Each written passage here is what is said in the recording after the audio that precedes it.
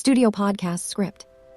Child labour, RELITES laws and the road ahead. Word count. Audience, students, general public, law and social science learners. Tone, informative, empathetic, authoritative. Introduction. Hello and welcome to today's episode. I'm glad you're here. Today, we are talking about a subject that is uncomfortable, deeply emotional, and yet impossible to ignore: child labor. When we think of childhood, we imagine school bags, playgrounds, laughter, safety, and dreams for the future. But for millions of children across the world, childhood looks very different. It looks like long working hours, unsafe environments, exploitation, hunger, and missed education. Child labor is not just a social problem. It is a human rights issue, a legal issue, an economic issue, and a moral issue. In this podcast, we will explore what child labor really means, why it continues to exist, its impact on children and society, international and Indian laws against child labor, the challenges in enforcement, and finally, what can be done to eliminate it. So let's begin by understanding the basics. Part 1. What is child labour? 23800. Child labor does not mean all work done by children. This is a very important distinction. According to international standards, child labor refers to work that is mentally, physically, socially, or morally dangerous, interferes with schooling, deprives children of their childhood and dignity, exploits them economically, helping parents at home, assisting in family businesses after school hours, or learning skills in safe environments is not child labor. Child labor becomes illegal and exploitative when children are forced to work at a young age. They work long hours. They work in hazardous or unhealthy conditions. They are denied education. Forms of child labor.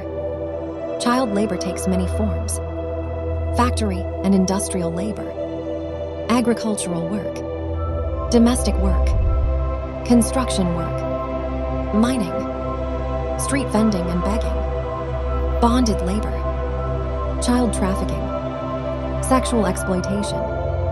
Some of the worst forms of child labor include slavery and forced labor, use of children in armed conflict, commercial sexual exploitation, drug trafficking, hazardous occupations. These forms permanently damage children's physical and mental health. Part 2. The global scenario of child labour. Child labor exists in almost every country. While it is more visible in developing nations, it is not limited to them.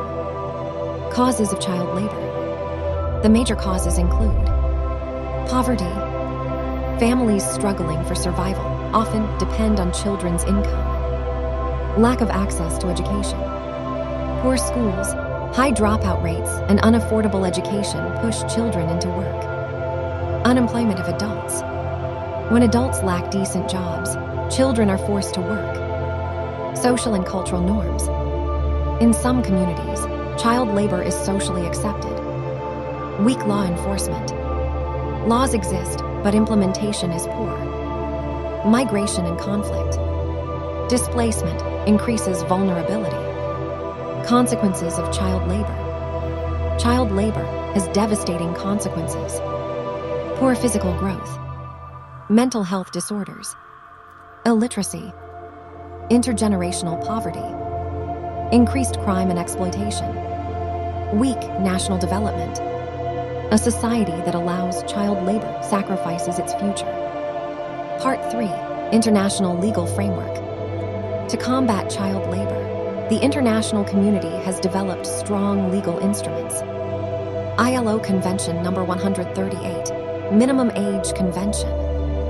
This convention sets minimum age for employment, links work eligibility to compulsory education, allows limited exceptions under strict regulation. ILO Convention No. 182, Worst Forms of Child Labor. This is one of the most widely ratified conventions globally. It demands immediate elimination of the worst forms of child labor. Criminalization of child slavery, trafficking, and hazardous work. Rehabilitation and reintegration of affected children. UN Convention on the Rights of the Child, CRC. The CRC recognizes child's right to education, protection from economic exploitation, right to health, development, and dignity. These conventions place legal responsibility on governments, not charities alone. Part 4. Child Labour in India, AN Overview. India has made significant legal progress, yet child labor remains a challenge. Why child labor persists in India? Large population, poverty and inequality, informal economy, migration, weak monitoring mechanisms.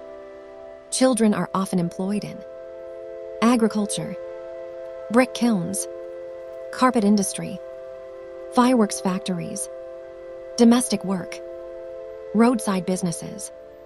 Part 5. Indian laws relating to child labour. One Child and Adolescent Labor, Prohibition and Regulation, Act, 1986. This is the primary legislation. Key provisions. Prohibits employment of children below 14 years in all occupations. Regulates employment of adolescents, 14-18 years. Prohibits adolescents from hazardous work. Prescribes penalties for employers. 2016 Amendment. Expanded definition of hazardous work. Increased punishment for violations. Introduced Rehabilitation Fund for rescued children. 2. Right of Children to Free and Compulsory Education Act, 2009. Guarantees free education to children aged 6-14. Makes education a fundamental right. Reduces child labor by ensuring school attendance.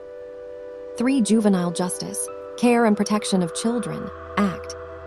Criminalizes exploitation of children. Provides care, protection, and rehabilitation. Punishes employers using children for illegal activities. 4. Bonded Labor System Abolition Act, 1976. Abolishes bonded labor. Declares bonded labor agreements void. Provides rehabilitation and compensation.